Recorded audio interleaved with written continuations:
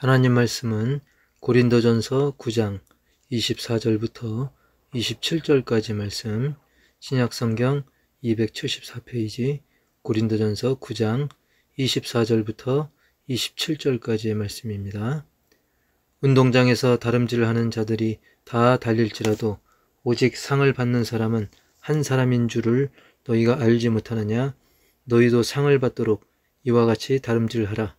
이기기를 다투는 자마다 모든 일에 절제하나니 그들은 썩을 승리자의 관을 얻고자 하되 우리는 썩지 아니할 것을 얻고자 하노라.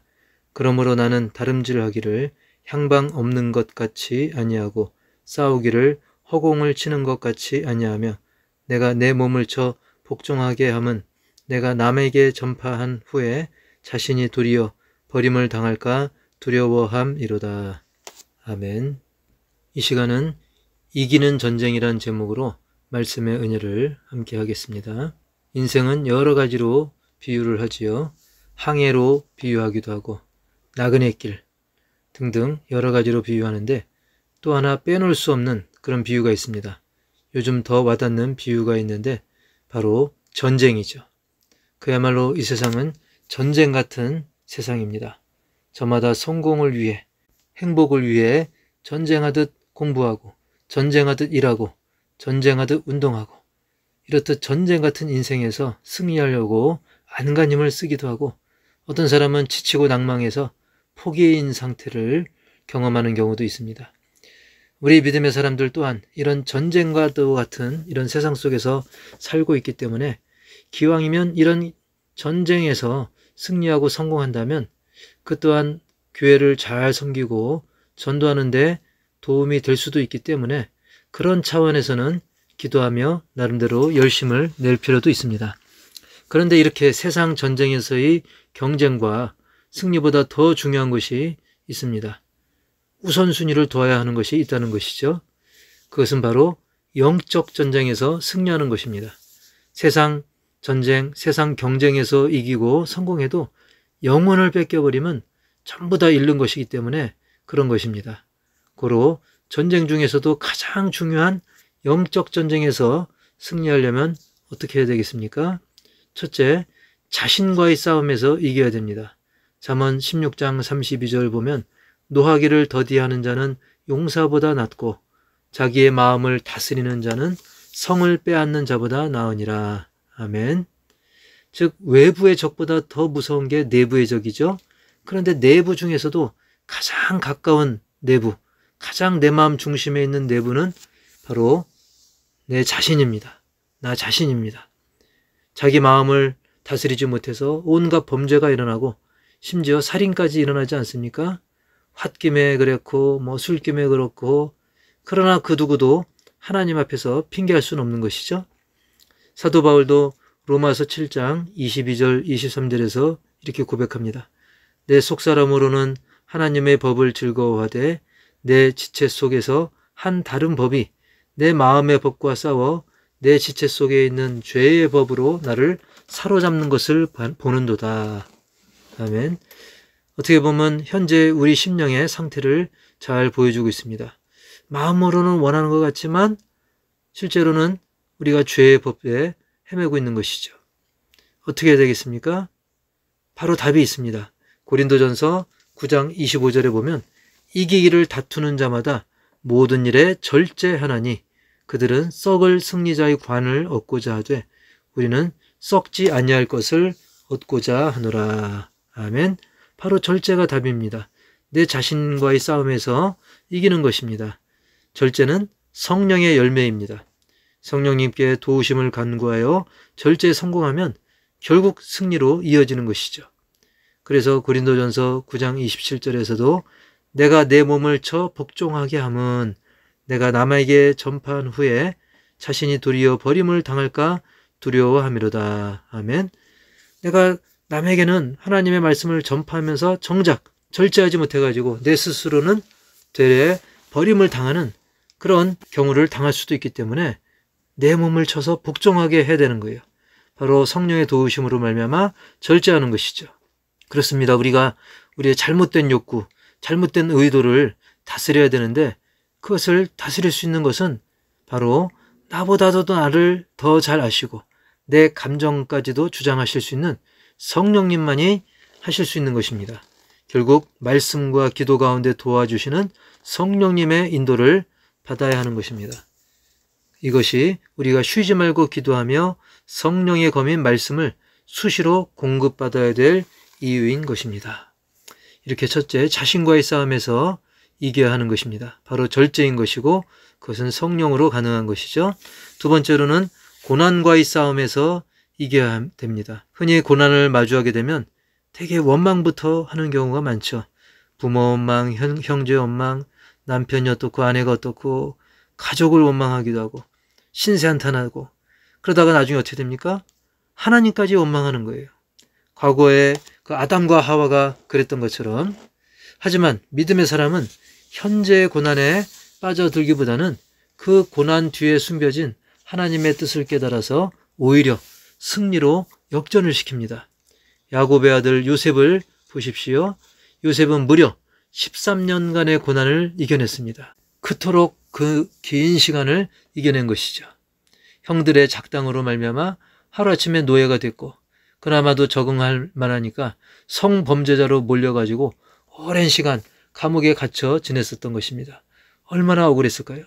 그러나 이 모든 고난의 과정에 하나님의 계획이 있었고 결국 요셉은 그 고난을 이겨내고 대제국의 총리가 되어서 나중에 가족을 살리고 그 가족을 통해 민족을 일으키는 놀라운 일들의 주인공이 되었던 것입니다. 어떤 목사님 그 책 제목 중에 그런 제목도 있더라고요.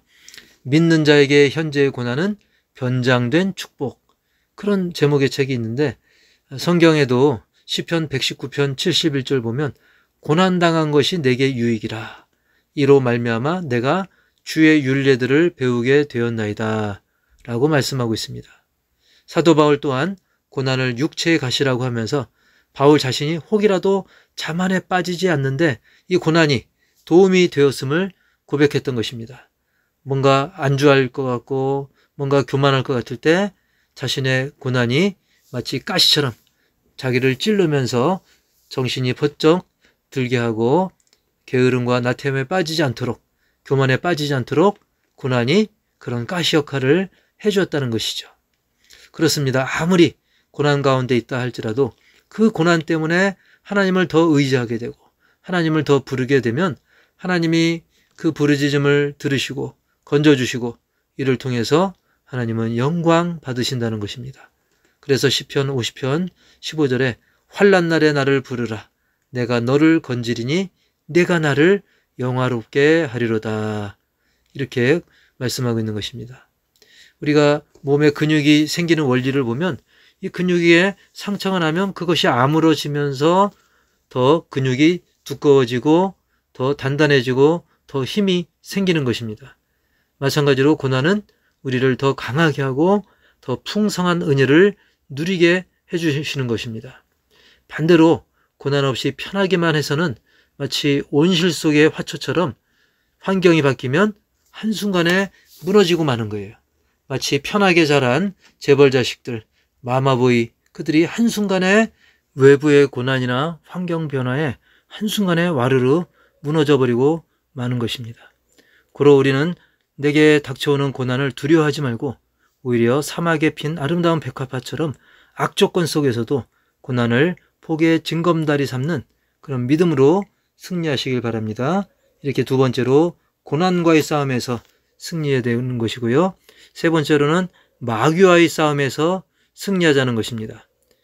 베드로전서 5장 8, 9절에 보면 근신하라 깨어라 너희 대적 마귀가 우는 사자같이 두루 다니며 삼킬 자를 찾나니 너희는 믿음을 굳건하게 하여 그를 대적하라.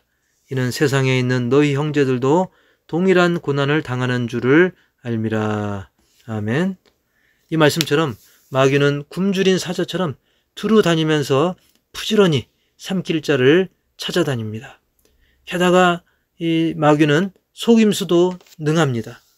고린도서 11장 14절 보면 이것은 이상한 일이 아니니라 사탄도 자기를 광명의 천사로 가장하나니. 즉 사탄은 기도와 말씀과 전도와 예배 등등 유익하고 은혜 받는 것은 방해하고 서로 시기 질투 오해하게 만들고 세상 재미와 유흥이 믿음보다 앞서게 만들고 하나님께 헌신하는 것은 회방하는 등등 하여간 사탄은 빠지는 곳 없이 사방팔방 부지런히 다니면서 사람들을 유혹하고 회방하고 이렇게 믿음의 길에서 이탈하도록 아주 부지런히 힘쓰고 있다는 사실입니다. 이런 마귀의 쉼이 없고 강력한 이런 공격을 우리는 뭘로 막을 수 있겠습니까? 그것은 바로 에베소서 6장 11절부터 13절에 말씀하는 하나님의 전신갑주를 입어야 한다는 것입니다. 하나님의 전신갑주는 진리의 띠, 즉 말씀 중심, 예수님 중심, 그 다음에 의의 호심경, 의롭다함의 확신이죠. 평안의 복음의 신, 믿음의 방패, 구원의 투구, 이건 구원의 확신이고요. 그 다음에 성령의 검, 하나님의 말씀이죠. 이런 것들을 일일이 설명하자면 길고요. 간단히 요약해서 말하면 구원의 확신을 가지고 말씀과 기도로 항상 준비가 되어 있어야 한다는 것입니다. 우리 성도 여러분, 제가 질문 한 가지를 드려보면 여러 가지 단순한 놀이들이 있지요. 옛날 사방치기, 제기차기, 윷놀이 또는 체육대회, 청백전, 박 터트리기 등등. 그런데 이런 거 할 때 단순한 놀이지만, 단순한 체육대회 행사이지만 기왕이면 이기는 게 좋습니까? 지는 게 좋습니까? 물어보나 말하죠. 당연히 이기는 게 좋습니다. 단순한 놀이라도. 그런데 마침 오늘이 무슨 날입니까? 바로 6.25 전쟁일이죠. 지금도 잊을만 하면 우리는 여러 전쟁의 소식을 접합니다. 우크라이나, 러시아 전쟁의 참상을 우리는 TV 보도를 통해서 보고 있는데 사실 오래전 1950년도 6월 25일 이 땅에서 일어난 이런 전쟁, 그 전쟁의 참상 얼마나 끔찍합니까? 낮과 밤을 가리지 않는 무자비한 그 살육의 현장, 같은 민족끼리 총을 쏘고 칼을 휘두르고 낫 곡괭이 심지어 죽창으로 찌르고 포로로 잡히면 견딜 수 없는 고문까지 서로 가했던 것입니다. 사랑하는 부모, 형제, 생때 같은 자식을 가슴에 묻어야 하는 이런 전쟁의 참상. 물론 전쟁이 일어나지 않으면 가장 좋겠지요. 하지만 불가피하게라도 전쟁이 없을 수는 없습니다. 그래서 그 전쟁이 일어났다 한다면 기왕이면 반드시 승리해야 하는 것입니다. 만약에 우리가 6.25 전쟁에서 끝내 패했더라면, 그래서 지금 공산국가가 되었다라고 한다면 상상만 해도 끔찍하지 않습니까? 더구나 피할 수도 없고 반드시 해야만 하는 영적 전쟁에서는 어떻게 해야 되겠습니까? 그냥 져도 되는 걸까요? 아니죠. 반드시 승리자가 되어야 하는 것입니다. 저와 여러분 반드시 영적 전쟁의 승리자가 되시기를 주의 이름으로 축복합니다. 디모데후서 4장 7절과 8절에 보면 나는 선한 싸움을 싸우고 나의 달려갈 길을 마치고 믿음을 지켰으니 이제후로는 나를 위하여 의의 면류관이 예비되었으므로 주 곧 의로우신 재판장이 그날에 내게 주실 것이며 내게만 아니라 주의 나타나심을 사모하는 모든 자에게 도니라. 아멘. 이런 고백의 주인공, 승리자의 그런 놀라운 복을 받으시기를 축복합니다. 이미 예수님께서는 담대하라, 내가 세상을 이겨노라 라고 우리에게 힘을 주십니다. 그 믿음 변치 않도록 더욱 말씀과 기도와 헌신에 힘쓰시길 바랍니다. 오늘은 상반기 마지막 주일인데요. 다음 주는 하반기 첫 주일입니다. 마침 돌아오는 주일이 맥주감사절인데 요즘 일부 우리가 농사도 안 짓는데 그러면서 맥주를 아예 건너뛰는 곳도 있다고 합니다. 이것은 맥주절을 이해하지 못한 탓입니다. 맥주절은 농사와 관련해서는 첫 열매에 대한 감사도 있지만 신명기 16장 2절 말씀대로 과거 죄 종노릇하던 우리가 하나님의 은혜로 구원받아서 자유의 몸이 되었음을 맥주절을 통해 기억하고 감사하라는 영적 의미가 있는 것입니다. 너는 애굽에서 종되었던 것을 기억하고 이 규례를 지켜 행할지니라 라고 말씀하고 있는 것입니다. 그리고 마침 시기상도 하반기 첫 주일이기 때문에 지내온 상반기 전체를 감사드리면서 동시에 하반기에도 더 풍성한 은혜 주실 것을 믿음으로 기대하면서 감사하라는 것입니다. 그렇기 때문에 하나님은 아직 가나안 정복이 완성되지 않았는데도 이 맥주 감사를 미리 명령하셨던 것입니다. 아직 농사도 시작 안 했는데 그것을 미리 명령하실 정도로 굉장히 중요한 의미가 담긴 것입니다. 사실 우리가 누군가를 진정 사랑한다면 없는 감사거리, 없는 칭찬거리를 만들어서라도 어떻게든 건수를 찾고 또 찾아서라도 사랑과 관심과 감사를 표하기 마련인데, 하나님은 우리를 위해 독생자 주시고 영생을 주셨는데 그 위대한 은혜와 사랑을 받은 우리가 감사하기를 주저하고 기존에 하던 감사까지 건너뛴다면 그것은 바른 신앙의 자세가 아닌 것이죠. 아무쪼록 오늘 특히 우리가 6.25 한국전쟁일을 맞아서 전쟁의 그 끔찍한 참상 속에서도 대한민국을 결국 지켜주시고 회복시켜 주셔서 오늘날 자유를 누리게 해주신 하나님의 그 놀라운 은혜, 그리고 나를 이 땅에 보내주시고 지금까지도 인도해 주신 하나님, 영적 전쟁에서도 승리하게 하신 하나님께 진심으로 감사드리고, 그리고 앞으로도 계속되는 영적 전쟁에서도 계속 말씀과 기도로 승리하시고 오는 주일 맥주감사절 또한 더욱 진심으로 아버지께 감사드리시기를 주님의 이름으로 축복합니다. 하나님 아버지, 지금 전쟁 같은 그런 세상, 아니 전쟁 그 자체인 세상을 우리가 살고 있는데 특별히 영적 전쟁에서 우리가 반드시 승리하기 원합니다. 이미 주님께서 보장하신 그 승리를 우리가 믿음으로 누리기 원합니다. 자신과의 싸움에서 절제로서 이겨내게 하시고 고난과의 싸움에서 우리는 현실을 그냥 육안으로만 바라보는 것이 아니라 믿음의 눈으로 바라봄으로 오히려 고난을 역전의 발판으로 승리의 징검다리로 삼는 지혜로운 승리자가 되게 하시며, 마귀와의 싸움에서 우리가 반드시 하나님의 전신갑주를 입고 이겨내게 하여 주옵소서. 강력한 마귀를 이길 수 있는 것은 오직 구원의 확신, 말씀과 기도뿐이오니 하나님께서 도와 주시옵소서. 전쟁의 참상은 너무나 끔찍합니다. 특히 악한 마귀에게 졌을 때 그 피해는 이루 말할 수가 없기에 우리는 예수 이름으로 말씀과 기도로 기왕에 승리해서 나를 지키고 온 영혼들도 함께 그 기쁨을 누릴 수 있도록 인도하는 그런 승리하는 주님의 군사들이 다 되게 하여 주시옵소서. 이제 맥주절이 또한 다가오고 있는데 진정한 감사와 은혜가 넘치게 하여 주시옵소서. 이 시간 드려진 모든 물질과 감사 주님께서 기쁘게 받아 주시옵소서. 지금은 우리 주 예수 그리스도의 은혜와 하나님 아버지의 놀라운 사랑과 성령님의 내주교통, 치유, 인도, 회복, 동행하심이 오직 말씀, 기도, 구원의 확신으로 성령의 인도하심으로 영적 전쟁에서 승리의 깃발을 꽂고 하나님을 영화롭게 하기를 다짐하는 우리 믿음의 심령들 가정들 위해 이제로부터 영원토록 함께 있을지어다. 아멘.